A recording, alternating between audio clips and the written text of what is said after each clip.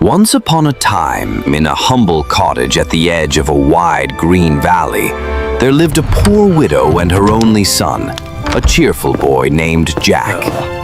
Their home leaned with age, the thatch sagging like tired shoulders, and their only treasure was a gentle brown cow named Milky White, who gave milk that sustained them through the hardest days. But as the seasons turned, Milky White's milk ran thin. Jack's mother sold what little butter she could, mended clothes for neighbors, and prayed for better fortune.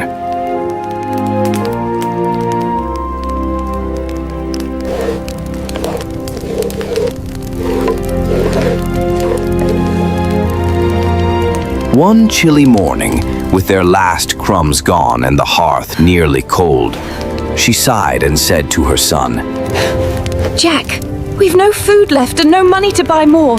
Take Milky White to the market and sell her. Whatever you get must keep us alive. Don't worry, Mother. I will bring home a fair price. Jack, though saddened to part with the cow he loved, nodded bravely.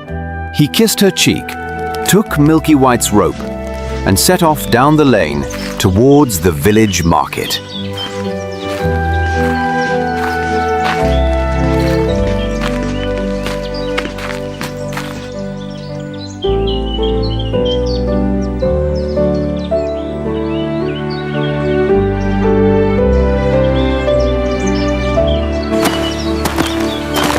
The sun was high when Jack reached a bend in the road shaded by great oak trees. There, he met a strange little man with twinkling eyes and a strange green cloak. Good day, young traveler. That's a fine cow you have there. Jack explained his errand, and the man stroked his beard thoughtfully. So, you seek gold for her, I suppose? Aye, yea, sir. Enough to buy food for my mother and me.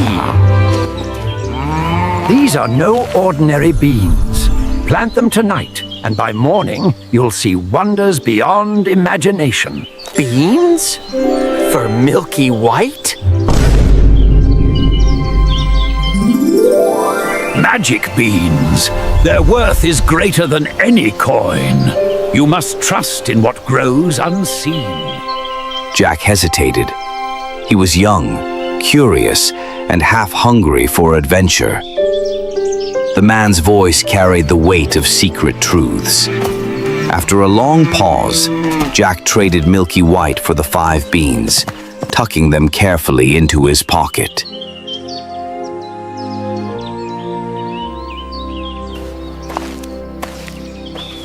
When he reached home, his mother stood waiting at the door.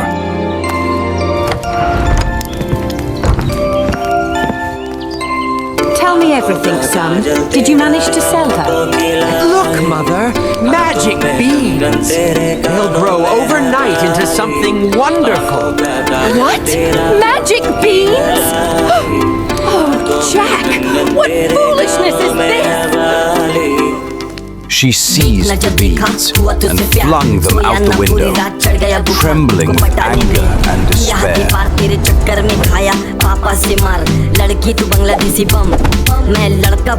Traded our last hope for nonsense. Now we'll surely starve. Jack tried to comfort her, but she turned away, weeping quietly by the fire. That night, he crept to bed feeling ashamed and sorrowful, the echo of her sobs filling the small room.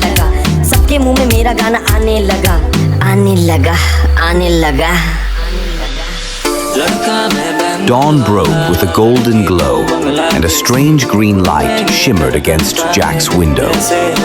He rubbed his eyes and gasped. Outside, where the beans had fallen, stood a towering beanstalk, thick as a tree trunk and rising high into the clouds.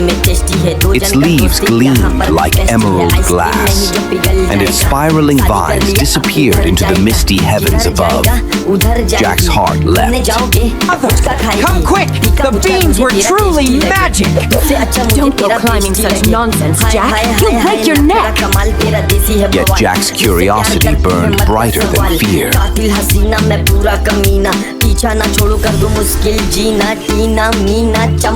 You're alive!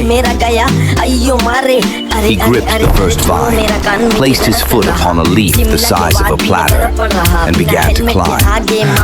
Higher and higher he went, up through drifting mists and cool breezes that smelled of rain and sky. Birds circled beneath him, their wings mere dots below. The world shrank.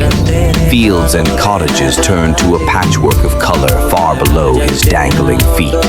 At last, after what felt like hours, Jack reached the top and pulled himself onto a land unlike any he had ever seen. A place where the clouds formed rolling meadows and the air hummed with soft music from unseen winds. Jack wandered along a path paved with silver stones until he came upon a great castle in the distance. Its towers pierced the clouds, and its gate was so tall that even a horse could pass beneath without ducking.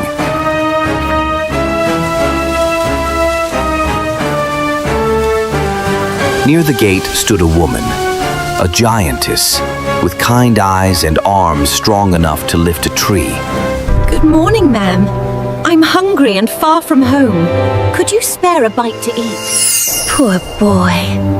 I'd give you breakfast gladly, but my husband would eat you for his own. Please, ma'am. I'll be quick and gone before he knows. Pity stirred in her heart. She lifted him gently into the kitchen and gave him a piece of bread as large as his head and a mug of milk big enough to bathe in. But before he could finish, there came a heavy thud, thud, thud. Quick! Hide and stay very still. A shadow filled the doorway. The giant strode in, a monstrous figure with tangled hair, tusk-like teeth, and a voice that roared through the room. Fee-fee-fo-fum. I smell the blood of an Englishman. Be he alive or be he dead, I'll grind his bones to make my bread. You smell nothing but the wind, dear. You've been hunting too long. The giant snorted and sat down heavily. On the table, he placed a sack of gold coins, which clinked like raindrops of metal. He counted them slowly, his head nodding until he fell asleep.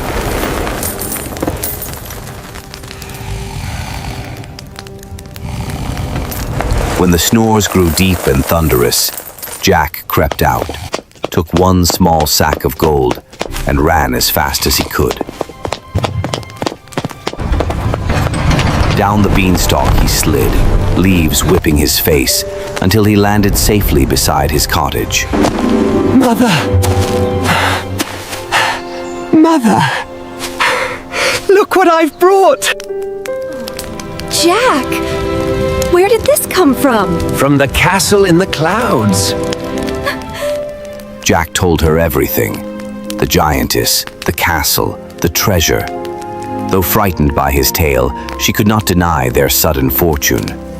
For a time, they lived well, buying food and repairing their cottage. But the gold did not last forever. When the last coin was spent, Jack looked once more at the towering beanstalk swaying in the sunlight. Please, Jack, don't go. It's too dangerous. I will climb again. Perhaps there's more to be found. He climbed the beanstalk again, up through cloud and wind, until he reached the land above once more. At the castle gate, the giantess frowned when she saw him. You again? If my husband finds you, he will surely eat you alive. But Jack's charm and politeness softened her heart once more. Reluctantly, she hid him in a copper pot. Soon the heavy footsteps came again.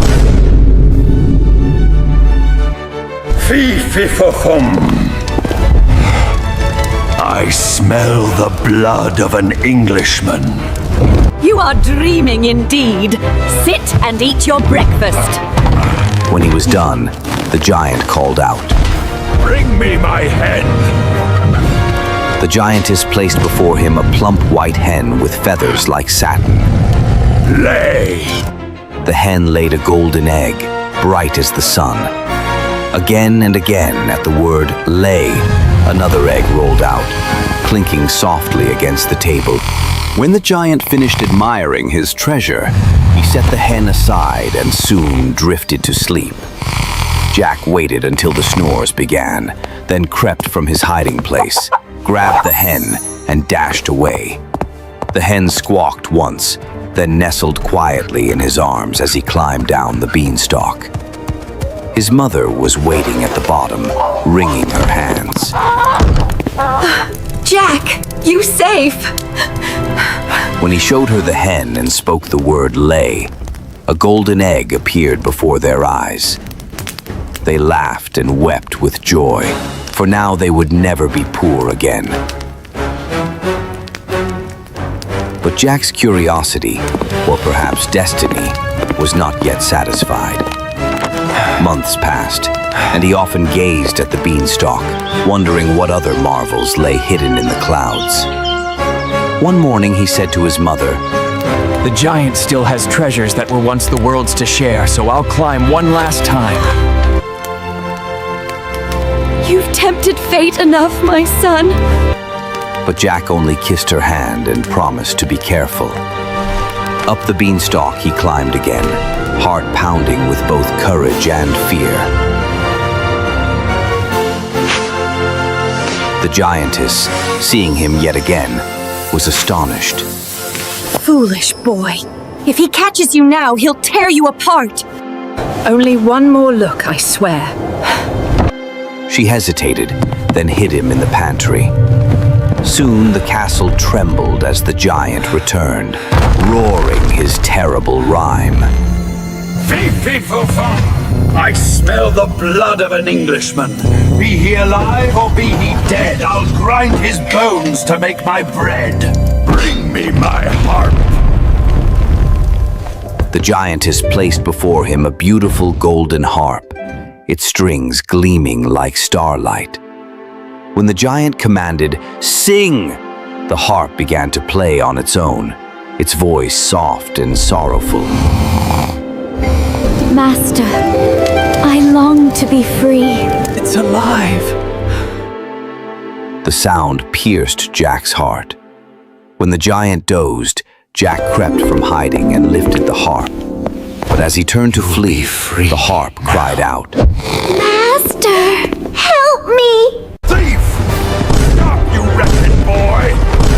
Jack raced toward the cloud's edge, the giant's thunderous steps shaking the earth above the sky. Down the beanstalk Jack flew, the harp clutched tight, while the giant bellowed after him. Mother! Mother! Quick, fetch me an axe!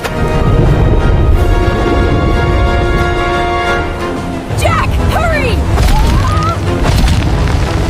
His mother, pale with terror, ran from the cottage with the axe just as the beanstalk began to sway under the giant's weight. Jack swung with all his might, and then with a crack like thunder, the beanstalk split. The giant gave one final roar as he tumbled from the clouds, crashing to the earth below with a sound that shook the valley. When the dust cleared, nothing remained but shattered leaves and silence. Oh, Jack, my brave boy, it's over. The harp, resting in his arms, sang softly. From that day forth, Jack and his mother lived in comfort and kindness. The hen laid golden eggs, the harp played music that filled their home with warmth, and the memory of the giant faded into legend. Yet Jack never forgot what he had learned, that courage is not the absence of fear, but the will to climb despite it. Sometimes, when the sky turned gold at sunset, Jack would look upward as if searching for the place where clouds once bore castles. And though he never saw it again, he would smile, knowing that adventure begins with a single step, or perhaps with a handful of magic beans.